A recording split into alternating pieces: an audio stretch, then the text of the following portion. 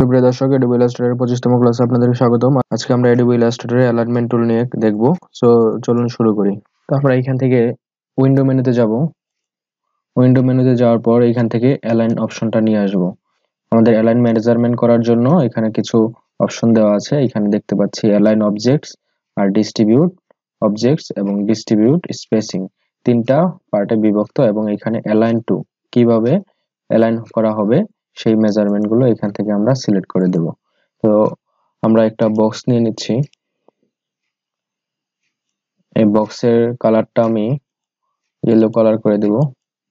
এখন এটাকে আমি চাচ্ছি অ্যালাইনমেন্ট করতে। এখানে অ্যালাইনমেন্ট করতে হলে আমাদের অ্যালাইনমেন্ট টু আর্টবোর্ডে দিয়ে আমরা অ্যালাইনমেন্ট করি।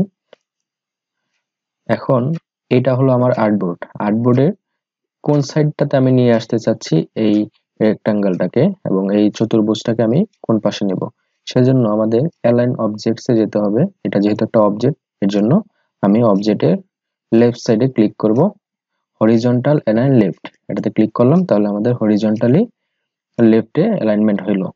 তারপর আমরা যদি হরিজন্টাল অ্যালাইন সেন্টারে দিই তাহলে এটা মিডলে চলে আসবে। আমি যদি হরিজন্টাল অ্যালাইন রাইটে দেই তাহলে আমার রাইটে চলে আসবে। তো একইভাবে আমরা যদি এই পাশে যাই, ভার্টিক্যাল অ্যালাইন টপে দেওয়ার পর আমাদের এটা উপরে চলে যাবে। তারপর আমি যখন ভার্টিক্যাল অ্যালাইন সেন্টারে দেব তখন আমাদের ভার্টিক্যাল অ্যালাইন সেন্টারে চলে আসবে। তারপর আমি যদি এটাকে ভার্টিক্যাল অ্যালাইন বটমে দেই, বটমে দিলে নিচে চলে যাবে। তাহলে এইভাবে আমাদের অবজেক্টগুলোকে আমরা বিভিন্ন জায়গায় প্লেস করতে পারি। তো আমরা চাচ্ছি এখান থেকে আর একটা অবজেক্ট নিয়ে নিতে, আর কিছু অবজেক্ট নিয়ে নিব। সিলেকশন টুল দিয়ে সিলেক্ট করে আমি অল্টার চেপে ধরে এখানে একটা কপি করে নিলাম। তারপর আমি উপরে আরেকটা কপি করব। এখন আমি এই তিনটাকে সিলেক্ট থাকা অবস্থায় চাচ্ছি যে অ্যালাইনমেন্ট করে নেব। অ্যালাইনমেন্ট করার জন্য এটাকে আমি একটু ছোট করে দিই, এটাকে একটু ছোট করে দিই, এটাকে একটু ছোট করে দেব। তো তিনটাকে আমরা যখন সিলেক্ট করব, সিলেক্ট করে আমি চাচ্ছি যেগুলো হচ্ছে রাইট অ্যালাইনমেন্ট হোক, হরিজন্টাল অ্যালাইন রাইট, তাহলে আমাদের রাইটে অ্যালাইনমেন্ট হচ্ছে। কন্ট্রোল জেড দিয়ে আমি ব্যাকে যাই, তারপর আমি হরিজন্টাল অ্যালাইন সেন্টারে দিই, সেন্টারে চলে আসছে। হরিজন্টাল অ্যালাইন সেন্টারে চলে আসছে। আমি যদি হরিজন্টাল অ্যালাইন লেফটে দিই, হরিজন্টাল অ্যালাইন লেফটে চলে আসছে। এখন আমি যদি চাই এগুলোকে আমি টপে নিয়ে যেতে, কন্ট্রোল জেড, যদি চাই টপে নিয়ে যেতে টপে চলে যাবে। আবার কন্ট্রোল জেড দিয়ে ব্যাকে আসলাম, তারপর এটাকে আমি চাচ্ছি সেন্টারে আনতে, সেন্টারে দিলাম, সেন্টারে চলে আসবে। তারপর আমি চাচ্ছি এটাকে বটমে নিয়ে আসতে, বটমে চলে আসবে।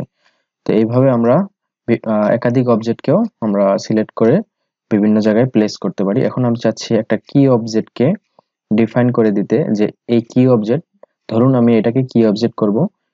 সবগুলো অবজেক্টকে সিলেক্ট করলাম, সিলেক্ট করে আমি এটাকে কি অবজেক্ট করব। কি অবজেক্ট করার জন্য এটাকে একটা ক্লিক করলেই আমাদের এটাকে কি অবজেক্ট হয়ে যাবে। দেখতে পাচ্ছি এখানে একটা চাবির মতো দেখাচ্ছে। তো এটা অ্যালাইন টু কি অবজেক্ট, তো অ্যালাইন টু কি অবজেক্টে চলে আসছে। এখন আমি চাই যে আমার এইটার বরাবর সমস্তগুলো চলে আসবে।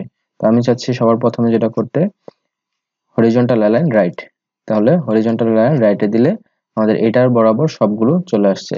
কন্ট্রোল জেটে দিয়ে ব্যাক দেই, তারপর এখান থেকে আমি চাচ্ছি এটা লেফটে চলে যাবে, তো লেফটে চলে আসছে।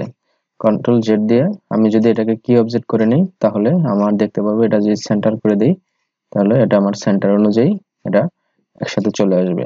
তারপর আমি যদি চাই এটাকে আবার সিলেক্ট করে ভার্টিক্যালে নিয়ে এসেছে, ভার্টিক্যাল অ্যালাইন সেন্টার, তাহলে এটাকে করে সবগুলো মুভ হতে থাকবে এবং এটাকে সেন্টারে নিয়ে আসবে। কন্ট্রোল জেড দিয়ে ব্যাকে যাই, তারপরে এটাকে আমি যদি সিলেক্ট করি কি অবজেক্ট করি, তাহলে আমি এখানে যখন ক্লিক করব ভার্টিক্যাল অ্যালাইন বটমে ক্লিক করব, তখন আমার এটা বটমে চলে আসবে। এইটা দেখতে পেয়েছিলাম আমি যখন সেন্টারে দেব, সেন্টারে দিলে আমরা দেখতে পাবো যে এই সমস্ত অবজেক্টগুলা একটা সিকোয়েন্স মেনটেন করতেছে। এখন যদি আমি এটাকে বটমে দিয়ে দিই, এটা সিলেক্ট করে এটা যদি বটমে দেই তাহলে দেখতে পাচ্ছি এটা সমস্তগুলো নিচে নিচে যে ভাগগুলো হয়েছে, আর এটা আর যখন সেন্টারে দিচ্ছি তখন আমাদের এই অবজেক্টগুলো উপরে উঠে যাচ্ছে। তারপর আমি যদি এটাকে কন্ট্রোল জেড দিই, কন্ট্রোল জেড দিয়ে আমি যদি এটাকে মিডলে এনে দিই তাহলে আমাদের মিডলে আসতেছে, রাইটে আসতেছে। এটাকে যদি আমি কি অবজেক্ট করি তাহলে আমাদের এটাকে অ্যালাইন করে আমাদের এটা মিডলে চলে আসতেছে। প্রত্যেকটা মিডলে আমাদের দেখতে পাচ্ছি পয়েন্ট দেখা যাচ্ছে। আমি যদি এটাকে লেফটে করে দিই তাহলে আমাদের এটা এই অবজেক্টগুলো লেফটে চলে আসতেছে, রাইট করে দিলে রাইটে চলে আসবে। তো এইভাবে আমরা আমাদের কি অবজেক্ট সিলেক্ট করে আমাদের যে ডিস্ট্রিবিউশন গুলো সেগুলো আমরা করতে পারি, অ্যালাইনমেন্ট করে আমাদের কাজগুলো করতে পারি। আমরা পরবর্তী লেকচারে দেখব ডিস্ট্রিবিউট অবজেক্ট এবং ডিস্ট্রিবিউট স্পেসিং। ধন্যবাদ।